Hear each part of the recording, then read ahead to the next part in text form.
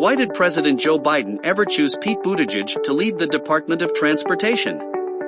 That's exactly what Representative Jim Jordan took to Twitter to ask on Friday as Buttigieg continues to face criticism for his handling or lack of a train derailment in East Palestine, Ohio.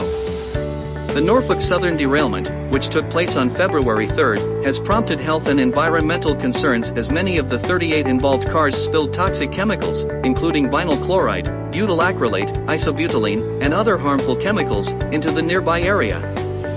Jordan, Republican Ohio, suggested in a tweet that Buttigieg's hiring wasn't a good idea as he has no transportation experience.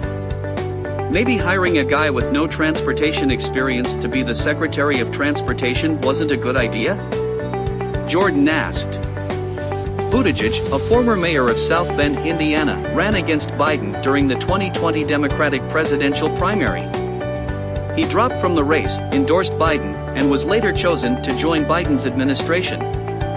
Buttigieg has been subject to almost constant criticism from Republican lawmakers and others as he struggled to clear the supply chain crisis that saw shipping prices skyrocket under the COVID pandemic, provide clear answers for flight disruptions and Federal Aviation Administration system outages, or promptly address the train derailment in Ohio and others across the country.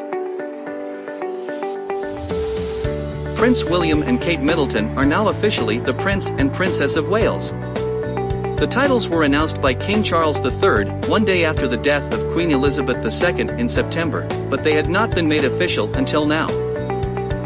The announcement in the Gazette, the country's official public record, said, in accordance with the direction of His Majesty the King letters patent have passed the Great Seal of the Realm, dated the February 13, 2023, for creating His Royal Highness Prince William Arthur Philip Louis, Duke of Cornwall Rothesay and Cambridge, Earl of Carrick and Stratton, Baron of Renfrew, Baron Carrick-Fergus, KG, KT, Lord of the Isles and Prince and Great Steward of Scotland, Prince of Wales and Earl of Chester. The letters of patent are, according to the Royal Collection Trust, an open document from the sovereign, which can be used to express the sovereign's will, for example to confer an office or create a new peerage. Prince William and Kate's social media accounts were updated following the death of Queen Elizabeth II to reflect the official change. The title Prince of Wales is not automatic and must be bestowed by the monarch. King Charles wasn't formally declared Prince of Wales until he was 6 years after Queen Elizabeth II took the throne. Clippers and Kings combined for second highest scoring game in NBA history in Russell Westbrook's debut.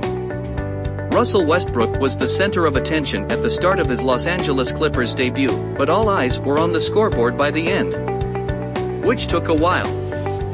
The former Los Angeles Lakers point guard's first minutes, as a Clipper, came in what turned out to be the second highest scoring game in NBA history, a 176-175 double overtime win for the Sacramento Kings. Per ESPN Stats and Info, the team's combined 44 three-pointers was also the most in a game in NBA history. The game finished 19 points short of the NBA record, a 186-184 triple overtime win for the Detroit Pistons over the Denver Nuggets in 1983. De'Aaron Fox turned out to be the point guard most worthy of attention, as he dropped 42 points and 12 assists, including what turned out to be the game-winning basket at the end of double overtimes. The good news for the Clippers is it won't be nearly as hard to move on from him if he doesn't work out as it was for the Los Angeles Lakers. And if he does work out, well, that would make for quite a story. Another plane crash in 2 days. Authorities are investigating a plane crash in Stagecoach, Nevada, that left at least 5 people dead, officials said. Lyon County Sheriff's Office deputies said the aircraft was operated by CareFlight, a service of the Regional Emergency Medical Services Authority Health, headquartered in Reno. Stagecoach is about 40 miles east of Reno. On February 24, 2023, at approximately 9:15 p.m., the Lyon County Dispatch Center received multiple calls of a possible aircraft crash in Stagecoach, Nevada, Sheriff Brad Pope said. REMSA Health, an emergency medical services provider, also confirmed the crash and said it was notifying family members of the deceased. The plane, later identified as a PC-12 fixed-wing aircraft, was carrying 5 passengers, including a pilot, a flight nurse, a flight paramedic, and a patient, and there were no survivors. REMSA Health's new fixed-wing program, which includes 5 bases and a fleet of 4 helicopters, 1 airplane, and 1 critical care ground transport, covers approximately 50,000 square miles of California and Nevada, and services 11 states across the western United States. The cause of the crash remains under investigation.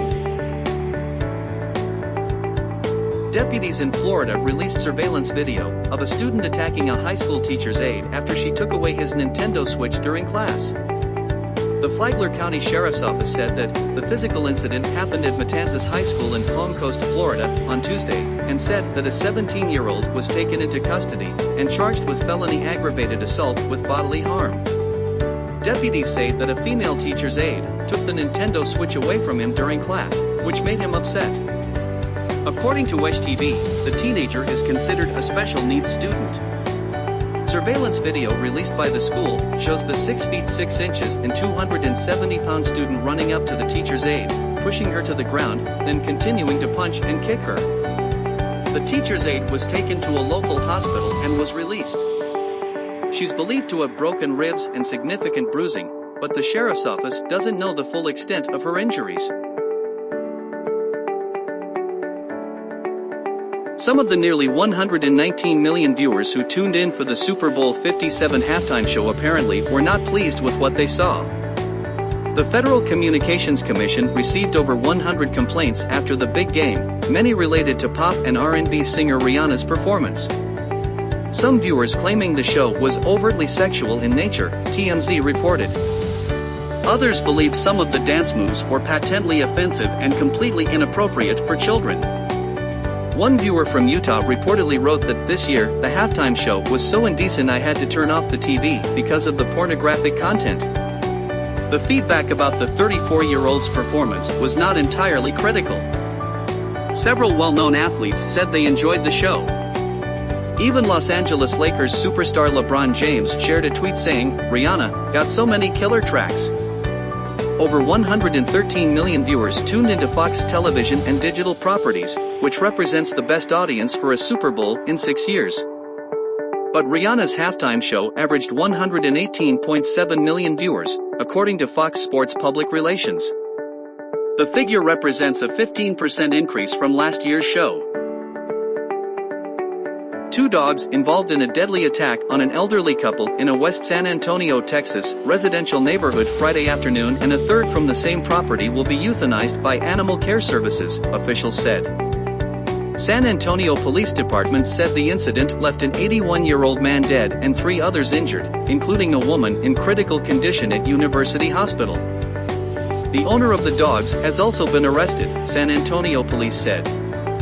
A press release from the San Antonio Animal Care Services and the police department said, Animal Care Services has identified 3 owned dogs either directly involved in the attack or who were off property at the time. All 3 dogs are in SOC's custody and will be euthanized tonight. The dogs were identified as American Staffordshire Terriers, according to Animal Care Services Director Shannon Sims. Witnesses indicate the dogs had broken through the front gate of their nearby home just before the incident. Local councilwoman Terry Castillo expressed her condolences to the victim's family and thanked emergency responders for their bravery. February has been a cruel month for Disney as the giant corporation slashed 7,000 employees in mass layoffs and announced a 2.4 million subscriber loss to streaming service Disney+. All of this came as the network endured yet another woke controversy as a kids' cartoon show on the streaming service lectured children about white fragility and denounced Abraham Lincoln. But these latest problems for Disney are not new and are only the latest in what is closing in on a year of woke disasters, instability at the top of the company and financial problems. Here are some of the many problems Disney has endured in 2022 and 2023. At the same time, Disney also announced the company would be laying off 7,000 employees. That amounts to 4% of the entire workforce. Last summer, Disney released Lightyear, the newest film in the Toy Story franchise. It's also the movie in which the left-leaning company replaced the politically independent Tim Allen with the liberal activist actor Chris Evans for a new version of the character. The move didn't please a lot of people. Lightyear also ultimately became the lowest-grossing film in a franchise that has made over $3.3 billion so far and has been declared a bomb by several outlets. A Chinese J-11 jet fighter, armed with 4 air-to-air missiles, appeared at the rear of an American P-8 patrol aircraft, passed above and settled a few hundred feet from the wing of the U.S. Navy plane. American aircraft, this is the PLA Air Force.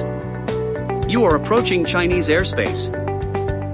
Keep a safe distance or you will be intercepted, a Chinese military ground station broadcast to the P-8, using the abbreviation for the People's Liberation Army. A voice, saying it's coming from a People's Liberation Army, PLA, airport, crackles over the radio of the U.S. Navy P-8 Poseidon, given rare access aboard the U.S. flight, listens in. Encounters such as the one on Friday over the South China Sea are now a near-daily occurrence, and they are becoming more dangerous, U.S. officials say. The Chinese fighter jet was so close. Lieutenant Nikki Slaughter, the pilot of the American plane, hails the twin-seat, twin-engine PLA aircraft try to contact the plane. PLA fighter aircraft, this is U.S. Navy P-8A. I have you off my left wing and I intend to proceed to the west. I request that you do the same, over. There's no reply from the Chinese fighter jet, which escorted the U.S. plane for 15 minutes before turning away. Brutal winter storms brought significant icing, strong wind gusts and heavy snow across strips of the U.S. from California to the Northeast on Thursday, part of a multi-day event that has already closed roads and caused numerous power outages, even as the Southeast basks in unseasonably high temperatures. More than 60 million people were under winter weather alerts early Thursday morning from the west into the northern plains, Great Lakes region, New York and New England, before warnings began to quickly drop off across the northern plains and Great Lakes. That's part of storms that already had left nearly 1 million homes and businesses without power, mainly in Michigan, struck partly by freezing rain and ice that's damaged utility lines and trees, and other parts of the Midwest. Heavy snow had already hit some of these areas over the past 2 days, including, as of early Thursday, more than 40 inches in parts of southern Wyoming, up to 32 inches in northwestern Montana, and generally 3 to 6 inches across Nebraska and the Dakotas. The treacherous winter storm conditions across wide swaths of the western and northern U.S. have caused major disruptions to daily life in some areas, and prompted local officials to issue warnings against venturing out onto the roads.